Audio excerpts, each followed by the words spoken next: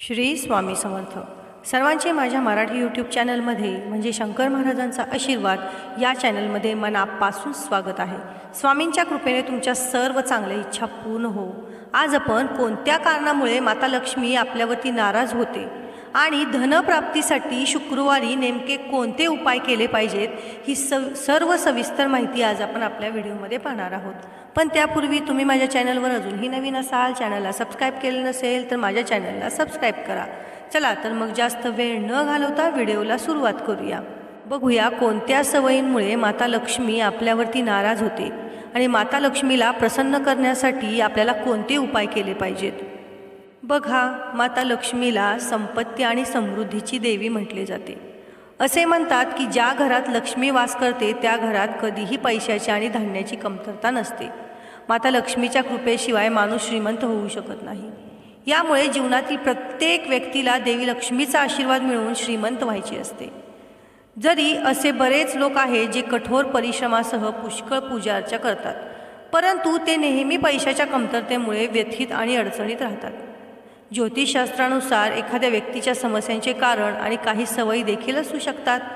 माणसाच्या काही सवयी असतात ज्यामुळे देवी लक्ष्मी क्रोधित होऊन घर सोडून निघून जाते। त्या व्यक्तीच्या त्या सवयीबद्दल आपण पहिले जाणून घेऊया। बघा, या कारणांमुळे माता लक्ष्मी होते आपल्यावरती नाराज। आळशी लोकांवर माता लक्ष्मी नेहमी रागावते। असे लोक कधीही यश मिळवत नाहीत आणि नेहमी गरिबीत राहतात। आळसापासून दूर राहिल्यास देवी लक्ष्मीची प्राप्ती होते।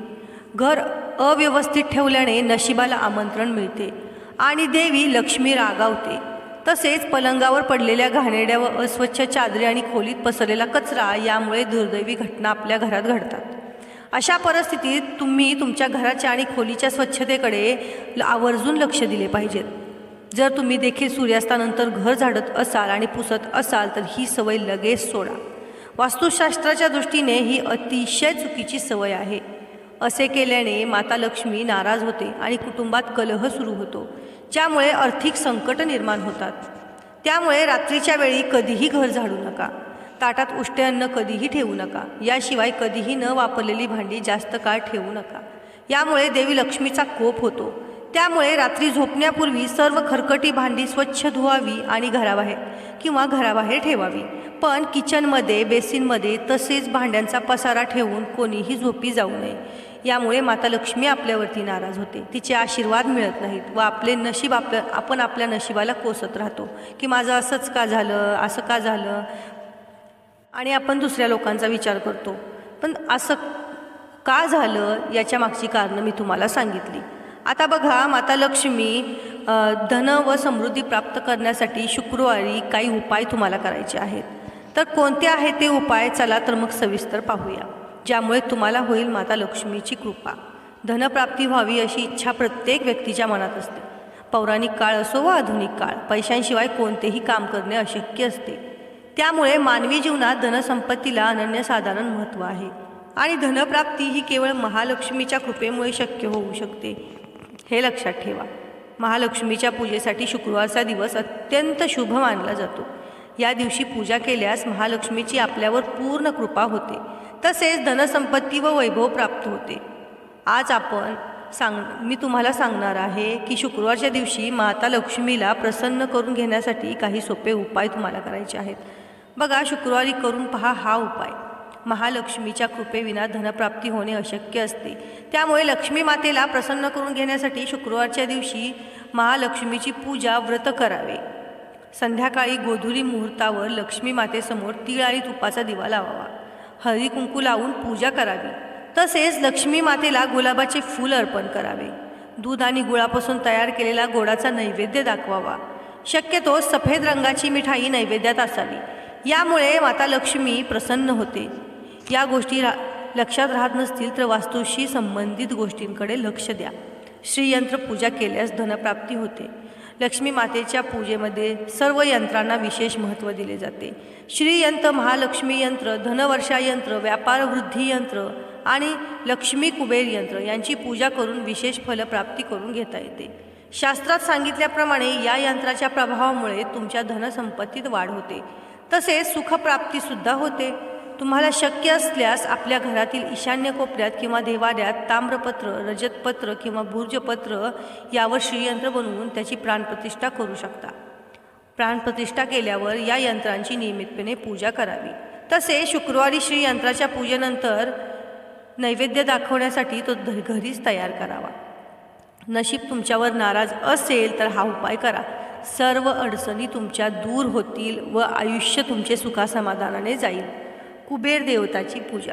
माता लक्ष्मीच्या सोबतीनेच कुबेरालाही धनसंपत्तीची देवता मानले जाते.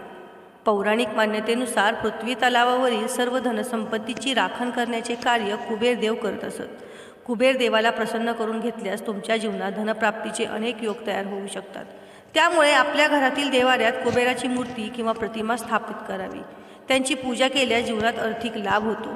अशा प्रकारे कुबेर देवाची स्थापना आणि पूजा करणे हा देखील धनसंपत्ती मिळवण्यासाठी एक उत्तम पर्याय ठरू शकतो.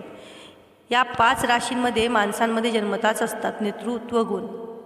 श्रीसूक्त पठण अत्यंत उपयुक्त आहे. धनप्राप्तीच्या उपायांमध्ये श्रीसूक्त पठण हा अत्यंत प्रभावशाली उपाय मानला जातो. ऋग्वेदामध्ये लक्ष्मी मातेच्या कृपाप्राप्तीसाठी श्रीसूक्ताच्या मंगलदायक मंत्रांचा उच्चार करण्याचा उपाय सांगितला गेला आहे. शुक्रवारी महालक्ष्मीची पूजा करतेवेळी श्रीसूक्त पठण करणे अतिशय शुभ मानले जाते. असे केल्यास महालक्ष्मीची कृपा होऊन इच्छित फलप्राप्ती होऊ शकते. मंदिरात दानधर्म करणे लाभदायक. आपल्या कमाईपैकी काही भाग दानधर्म करण्यासाठी खर्च करणाऱ्या व्यक्तींवर महालक्ष्मी विशेष प्रसन्न होते, हे लक्षात ठेवा. त्यामुळे आपण कमावलेल्या पैशांपैकी काही भाग दानधर्मासाठी वापरावा. तसेच काही पैसे परोपकारासाठी व धार्मिक कार्यासाठी देखील खर्च करावेत. इतर पैशांवर वाईट नजर ठेवू नये. इतरांच्या पैशावर वाईट नजर ठेवू नये. कोणाचीही वस्तू स्वतःजवळ ठेवून न देता ती ज्याची त्याची त्याला परत करावी. आपल्यामुळे कुणाचे नुकसान होणार नाही याची कटाक्षाने काळजी घ्यावी. यामुळे महालक्ष्मी तुमच्यावर प्रसन्न होईल. जर तुम्ही दुसऱ्यांचा चांगला विचार केला तर तुमच्या बाबतीत डबल चांगल्या गोष्टी घडतील. त्यामुळे लोकांबद्दल विचार करताना सुद्धा कुणाचं नुकसान होणार नाही, आपल्यामुळं कुणाला त्रास होणार नाही हा विचार पहिला तुम्ही करा. बरोबर तुमच्या कर्माची फळं तुम्हाला मिळतील, ती चांगलीच मिळणार. कर्म चांगले असतील फळ चांगले मिळणार, कर्म वाईट असतील तुम्हाला फळ वाईट मिळणार. त्यामुळे शुक्रवारी कोणते उपाय करायचे, माता लक्ष्मी का तुमच्यावरती नाराज होते, सर्व सविस्तर माहिती आज आपण आपल्या व्हिडिओमध्ये पाहिली. तर तुम्हाला हा माझा व्हिडिओ कसा वाटला, ही माहिती कशी वाटली हे मला कमेंटमध्ये सांगा. जर तुम्ही माता लक्ष्मीचे भक्त असताल तर कमेंटमध्ये श्री माता लक्ष्मी असे लिहा. तुमच्या परिवाराला, मैत्रिणींना, नातेवाईकांना हा व्हिडिओ शेअर करायला विसरू नका. आणि तुम्ही माझ्या चॅनलवर अजूनही नवीन असाल, माझ्या चॅनलला सबस्क्राईब केलेलं नसेल तर माझ्या चॅनलला तुम्ही सबस्क्राईब करा. धन्यवाद.